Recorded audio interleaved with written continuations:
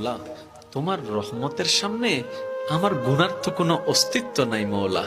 আমার গুনাহ না হয় পাহাড় পরিমাণ হবে, বেশি থেকে বেশি আসমান পরিমাণ হবে, না হয় পুরা পৃথিবী পরিমাণ হবে। তোমার রহমত তো অগণিত, তোমার রহমত তো অসীম, তোমার রহমত তো আনলিমিটেড। এবার রব্বে করিম বলে, তাহলে ঘাবড়াস কেন, তাহলে মন ছোট করস কেন? আরে গুনাহ করেছো তো করেছো, কি হয়েছে? একবার তো তওবার মাধ্যমে আমি রবের দরবারে ফিরে আই, মওলা ফিরে আসতে পারবো তো? দরজা কি খোলা আছে?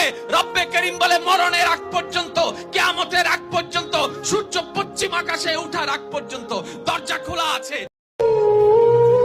এই জীবন পেয়েছিলাম রবের ইবাদত করার জন্য, কিন্তু সময় পার হচ্ছে কাগজের টুকরো কামানোর জন্য।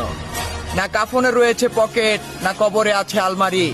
আর আশ্চর্যের ব্যাপার এটা যে মৃত্যুর ফেরেশতা ঘুষও নেয় না।